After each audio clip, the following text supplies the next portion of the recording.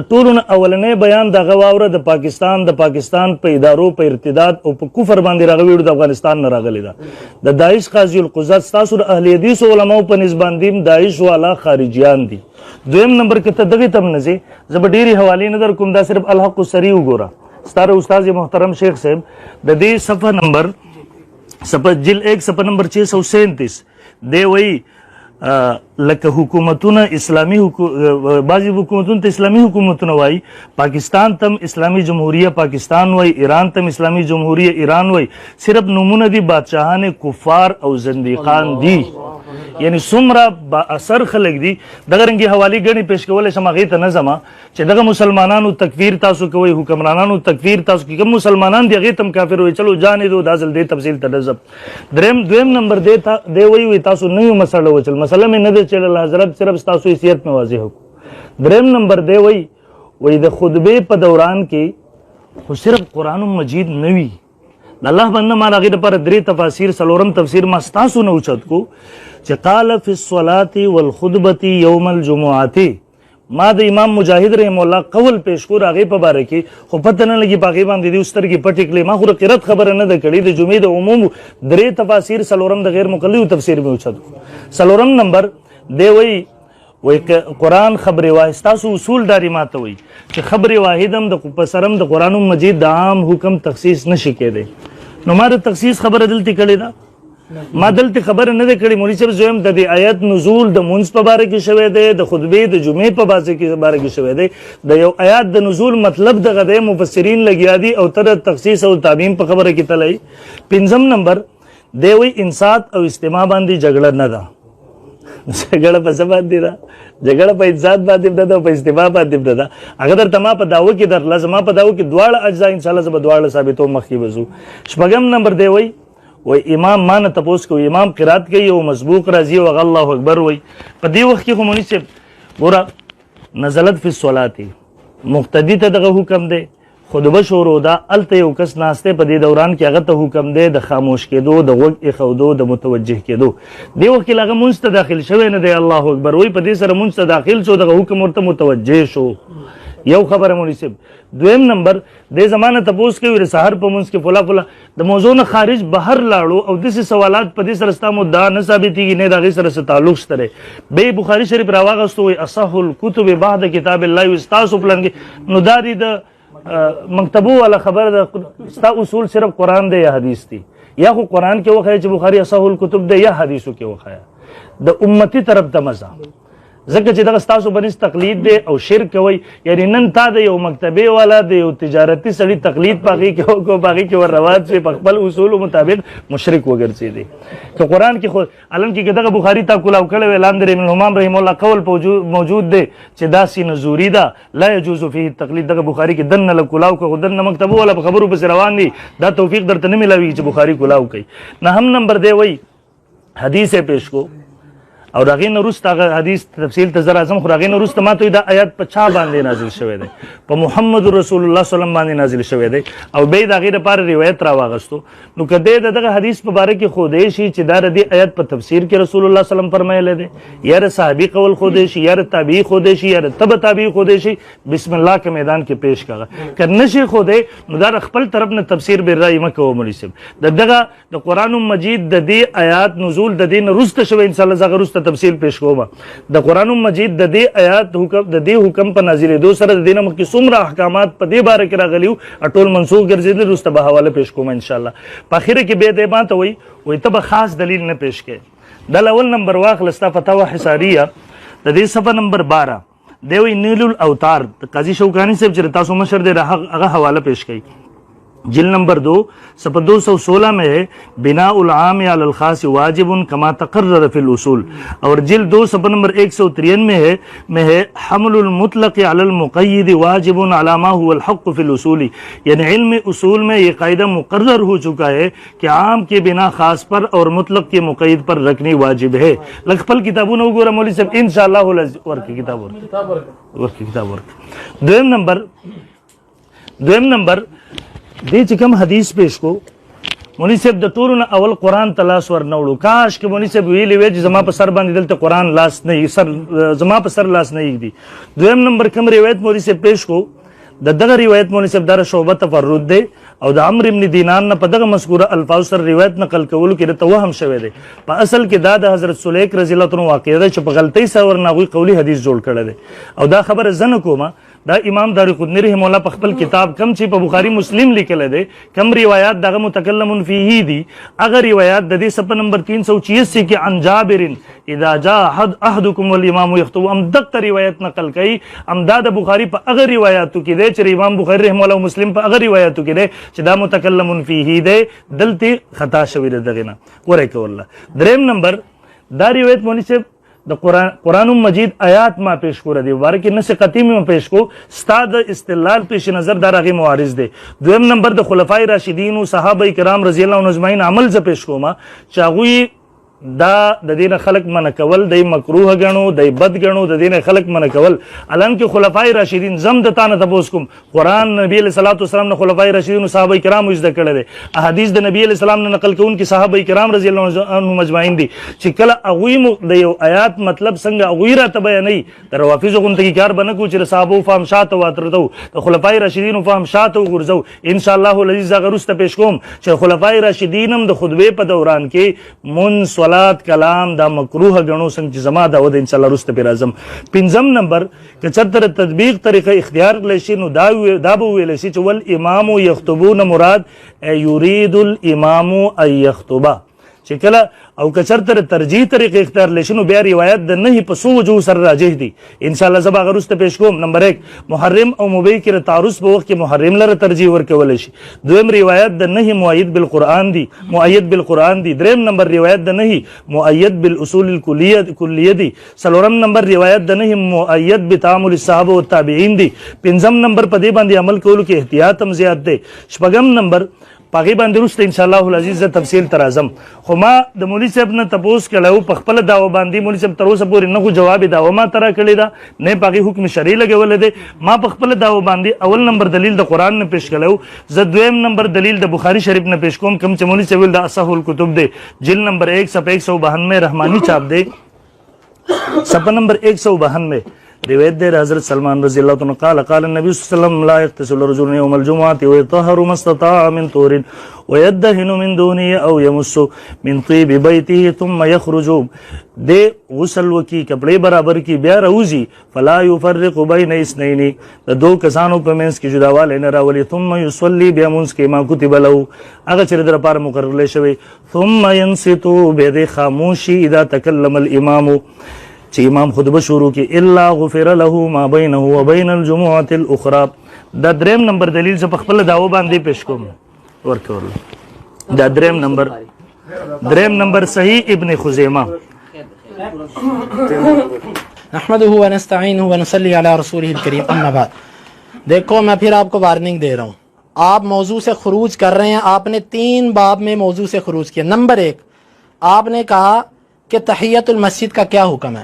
تحیت المسجد پر گفتگو نہیں ہے. تحیت المسجد خطبے کے دوران، تحیت المسجد خطبے کے دوران اس چپ رہیں بولنا نہیں.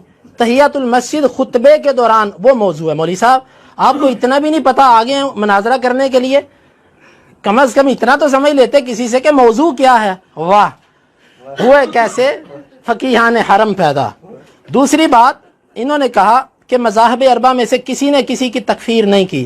یہ بھی الگ موضوع ہے. مولوی صاحب آپ کو بڑا شوق ہے نا اس موضوع پہ بات کرنے کا. اس پہ شکست لکھو، ابھی آ جاؤ اس پہ لکھو شکست اس پہ تحیت المسجد پہ، اور ابھی آ جاؤ اس پہ. آپ کو بتاتا ہوں میں، اور مجھے پتا ہے نہ خنجر اٹھے گا نہ تلوار تم سے، یہ بازو میرے آزمائے ہوئے ہیں، یہ بازو میرے آزمائے ہوئے ہیں.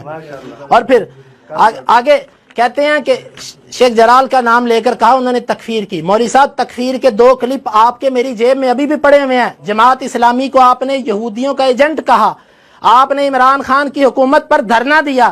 کیا یہ خروج نہیں ہے؟ تم نے سب نے خروج کیا عمران خان کی حکومت کے خلاف. اسلام آباد دیکھیں، جو اسلام آباد میں تم نے دھرنا دیا وہ خروج نہیں. اور اگلی بات میں آپ سے پوچھتا ہوں کہ آپ کہتے ہو کہ شیخ جلال نے ایسے کہا ایسے کہا. آپ صرف مجھے اتنا بتا دیں کہ آپ کے نزدیک پاکستان کا جو قانون ہے وہ عین اسلامی ہے، بس اتنا جواب دے دیں. ٹھیک ہے. آگے انہوں نے کہا جی کہ تفسیر میں نے فلاں کی پیش کی فلاں کی پیش کی. مولوی صاحب آج تک تو آپ کہتے رہے ہیں کہ ہماری دلیل 4 ہیں، قرآن، حدیث، اجماع اور قیاس. یہ آپ کے فقہا کی. اور مقلد کی دلیل صرف اما المقلد فمستندہ قول مجتہدہ. مقلد کی دلیل اس کے امام کا قول ہوتا ہے. آپ نے تو کہیں بھی اپنے امام ابو حنیفہ سے اس کی تفسیر پیش نہیں کی. لگتا ہے آپ بھی مجاہد کے مقلد ہو گئے ہیں. چھوڑ دیا امام صاحب کو آپ نے. بڑے افسوس کی بات ہے یار، جن پہ تکیہ تھا وہی پتے ہوا دینے لگے. بڑا اعتماد تھا، آج وہ امام صاحب کو چھوڑ گئے، سرے میدان امام صاحب کو چھوڑ گئے ہیں. اور پھر کہتے ہیں استماع اور انصات پر جھگڑا نہیں ہے. میرے بھائی میں نے تو آپ کو اس کا مطلب سمجھایا. اب آپ کو نہیں سمجھ آتی تو آپ میرے سے پہلی کلاس میں داخلہ لو، میں پھر آپ کو سمجھا. بلکہ آپ پہلی کے بھی قابل نہیں ہو، اعدادی میں بٹھاؤں گا آپ کو. پھر آپ نے کہا اللہ اکبر والا جو معاملہ ہے وہ بندہ نماز میں ابھی داخل ہی نہیں ہوا، اور وہ آیت نماز میں داخل ہونے کے بارے میں ہے. توجہ سے، قرآن تو عام ہے. اذا قرئ القرآن، جب بھی قرآن پڑھا جائے. قرآن کے عام کو اب تم کیسے خاص کرو گے نماز کے ساتھ؟ تم تو خبر واحد کی تخصیص کے قائل نہیں ہو مولانا، تو وہاں پر مولویوں کے اقوال سے کیسے اس کو خاص کرو گے؟ اور اسی طرح انہوں نے کہا بناء الخاص علی العام. وہ کہتے ہیں کہ ہماری بات انہوں نے کر دی لیکن ان کو پتہ ہی نہیں بیچاروں کو میں نے بات کیا کی ہے. یہی بات میں آپ کو سمجھا رہا ہوں، یہی بات میں سمجھا رہا ہوں کہ جب کسی عام سے کسی چیز کی تخصیص ہو جائے تو عمومی دلائل سے اس کے خلاف روایات نہیں پیش کی جاتی. ایک مثال دے کے سمجھاتا ہوں کیونکہ آپ کو جلدی بات سمجھ نہیں آتی. حدیث کے اندر، قرآن کے اندر آتا ہے حرمت علیکم المیتہ، تمہارے اوپر مردار حرام ہے. ٹھیک ہے. اب حدیث کہتی ہے کہ احلت لنا میتتان، 2 مردار حلال ہے. کون سے؟ مچھلی. مچھلی کی استثناء حدیث نے کر دی. قرآن کہتا ہے حرمت علیکم المیتہ، مردار حرام، لیکن حدیث سے تخصیص کر دی مچھلی خاص ہے. اب کوئی ندیم صاحب جیسا آ جائے اور وہ کہے کہ جی مچھلی مردار ہوتی ہے، قرآن کہتا ہے حرمت علیکم المیتہ، تو آپ اس کو کہیں گے کہ اس عام سے قرآن نے مچھلی، حدیث نے مچھلی کی تخصیص کر دی ہے. اسی طرح ہم کہتے ہیں تحیت المسجد خطبے کے دوران، حدیث نے اس کی یہاں پر تخصیص کر دی ہے اگر تم آیت کا معنی یہ لیتے ہو تو. پھر انہوں نے ایک الزام لگایا. انہوں نے کہا کہ راوی کو یہاں پر، توجہ سے بھائی، انہوں نے کہا کہ راوی کو یہاں پر غلطی لگی ہے. بخاری کی روایت پر انہوں نے جرا کی، کہا کہ اس کو غلطی لگی ہے، اس نے اس کو قولی حدیث بنا دیا جو کہ فعل تھا. بھائی اس پر دلیل پیش کرو. دعووں سے بات ثابت نہیں ہوتی.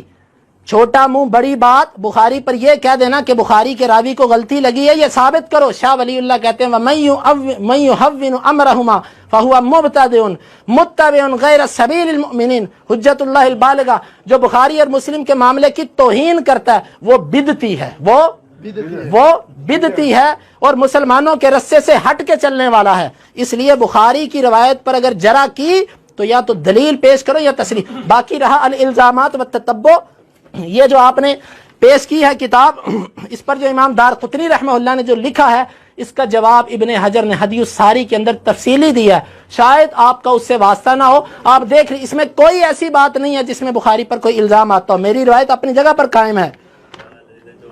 اور کہتے ہیں کہ جی کہتے ہیں کہ صحابہ کرام تحیت المسجد سے منع کیا کرتے تھے، صحابہ کرام تحیت المسجد سے منع کرتے تھے. ایک روایت پیش کرو کہ صحابہ کرام نے کہا ہو خطبے کے دوران جو باہر سے آئے وہ تحیت المسجد نہ پڑھے. ایک روایت صحیح پیش کرنی ہے سند کے ساتھ. اور انہوں نے کہا کہ رافضیوں کا کام ہے، انہوں نے کہا رافضیوں کا کام ہے صحابہ کے فہم کو پیچھے چھوڑ دینا. ابھی میں صحابی کا فہم پیش کرنے لگا ہوں، دیکھتا ہوں رافضی کون ہے. یہ میرے ہاتھ کے اندر سنن نسائی ہے، حدیث ابو سعید خدری رضی اللہ عنہ کی، جی صفحہ نمبر 351. ابو سعید خدری رضی اللہ عنہ رجلا دخل المسجد یوم الجمعہ، ایک آدمی مسجد میں داخل ہوا جمعے کے دن، اور رسول اللہ صلی اللہ علیہ وسلم خطبہ دے رہے تھے. فقال صلی رکعتین، تم 2 رکعتیں پڑھو. ثم جاء الجمعہ الثانیہ، پھر وہ بندہ دوسرے جمعے آیا. والنبی صلی اللہ علیہ وسلم یخطب، آپ خطبہ دے رہے تھے. فقال صلی رکعتین، 2 رکعتیں پڑھو. ثم جاء الجمعہ الثالثہ، پھر وہ تیسرے جمعے آیا. فقال صلی رکعتین، آپ نے فرمایا 2 رکعتیں پڑھو. ثم قال تصدقوا فتصدقوا فاعطاه ثوبین، آپ نے فرمایا صدقہ کرو، اس کو لوگوں نے 2 کپڑے دیے. اور ثم قال تصدقوا فطرح احد ثوبیہ، لوگوں نے صدقہ کیا، اس نے کپڑوں میں سے ایک کپڑے کو چھوڑ دیا. رسول اللہ صلی اللہ علیہ وسلم نے اس کے بعد یہ عمومی حکم فرمایا کہ جس وقت تم میں سے کوئی ایک مسجد میں داخل ہو تو وہ 2 رکعتیں پڑھے بغیر نہ بیٹھے. یہ سنن نسائی کی روایت ہے جو میں نے آپ کے سامنے پیش کی، گویا کہ صحابی کا فہم ہے. ابو سعید خدری والی روایت پیش کریں. جی روایت نمبر 3 بخاری سے، جابر بن عبداللہ رضی اللہ عنہ کہتے ہیں کہ ان النبی صلی اللہ علیہ وسلم، صحیح مسلم سے، خطب فقال اذا جاء احدکم یوم الجمعہ، جس وقت، مولانا دیکھیں ندیم صاحب، میں جو بھی روایت پیش کر رہا ہوں میں اس کے اندر لفظ پیش کر رہا ہوں جس وقت امام خطبہ دے رہا ہو اور کوئی آئے. آپ نے ایسی روایت پیش کرنی ہے کہ جس میں یہ لفظوں کوئی باہر سے آئے، امام خطبہ دے رہا ہو تو وہ 2 رکعتیں نہ پڑھے. میں وہ روایت پیش کر رہا ہوں کہ امام خطبہ دے رہا ہو، کوئی باہر سے آئے، وہ 2 رکعتیں پڑھے. آپ نے وہ پیش کرنی ہے امام خطبہ دے رہا ہو، کوئی باہر سے آئے، وہ 2 رکعتیں نہ پڑھے. اور اگر آپ پیش نہیں کر سکیں گے یہ آپ کی شکست ہے. وقد خرج الامام فلیصلی رکعتین، امام نکل بھی چکا ہو، وہ 2 رکعتیں پڑھے. اور اسی طرح چوتھی حدیث، جاء سلیک، نہیں سلیک الغطفانی آئے یوم الجمعہ، جمعے کے دن، ورسول اللہ صلی اللہ علیہ وسلم قائد علی المنبر فقعد سلیک، نبی صلی اللہ علیہ وسلم ممبر پر تشریف فرما تھے. یہ کس وقت بیٹھے ہوئے تھے؟ یہ کوئی وضاحت نہیں ہے یہ خطبے سے پہلے بیٹھے تھے یا ایک خطبہ دے کے جو 2 خطبوں کے درمیان جلوس ہوتا ہے اس میں بیٹھے تھے، کوئی وضاحت نہیں ہے اس میں. فقعد سلیک قبل ان یصلی، سلیک بیٹھ گئے جمعہ نماز پڑھنے سے پہلے. فقال اللہ النبی صلی اللہ علیہ وسلم ارکعت رکعتین، تو نے 2 رکعتیں پڑھی ہیں؟ قال لا، قال قم فرکعہما، کھڑے ہو جاؤ اور ان 2 رکعتوں کو پڑھو. اور سلیک غطفانی کو علم نہیں تھا، نبی صلی اللہ علیہ وسلم نے ان کو سکھا. اور یہ پانچویں دلیل ابو سعید خدری رضی، مروان والی توجہ سے، ابو سعید خدری رضی اللہ عنہ داخل یوم الجمعہ ومروان یخطب، صحابی کا فہم کو چھوڑنا رافضیوں کا کام ہے. ابو سعید خدری داخل ہوئے جمعے کے دن، مروان خطبہ دے رہا تھا. فقام یصلی، صحابی رسول جس کے فہم کو چھوڑنا رافضیت ہے وہ نماز پڑھنے لگ پڑے. فجاء الحرس، چھلڑ آ گئے، پولیس والے آ گئے، لیجلسوہ، کہ وہ اس کو بٹھائیں. فابا، ابو سعید خدری نے انکار کر دیا. حتی صلی، یہاں تک کہ انہوں نے نماز پڑھ لی. فلما انصرف، جب وہ پھر گئے، اتیناہ، جمعے سے جب فارغ ہوئے تو تابعین کہتے ہیں ہم ابو سعید خدری کے پاس آئے. فقلنا رحمک اللہ، ہم نے کہا ابو سعید آپ پر اللہ رحم کرے، ان کادوا لیقعوا، وہ فوجی تو قریب تھے کہ تمہیں پکڑ کے مارتے کہ آپ مروان کے خطبے کے دوران 2 رکعتیں پڑھ رہے ہیں. فقال ما كنت لاتركهما بعد شيء رايته من رسول اللہ صلی اللہ علیہ وسلم، میں نے جس چیز کو اللہ کے رسول کے سامنے کرتے ہوئے دیکھا، آپ سے میں نے جس چیز کو لیا، میں اس کو کسی کی وجہ سے ہرگز نہیں چھوڑ سکتا. کون سی چیز؟ تحیت المسجد خطبے کے دوران میں نے اس کو اللہ کے رسول سے لیا. ما كنت لاتركهما بعد شيء رايته من رسول اللہ، جو چیز میں نے اللہ کے رسول سے لی ہے میں کسی کی وجہ سے اس کو نہیں چھوڑتا. ثم ذکر، پھر ابو سعید خدری نے ایک اور دلیل ذکر کی. ان رجلا جاء یوم الجمعہ فی ہیئۃ بذۃ، ایک آدمی جمعے کے دن آیا، اس کی حالت کمزور تھی اور نبی صلی اللہ علیہ وسلم خطبہ دے رہے تھے جمعے کے دن. فامرہ فصلی رکعتین والنبی یخطب، آپ نے اس کو حکم دیا وہ 2 رکعتیں پڑھے اور نبی صلی اللہ علیہ وسلم خطبہ دے رہے تھے.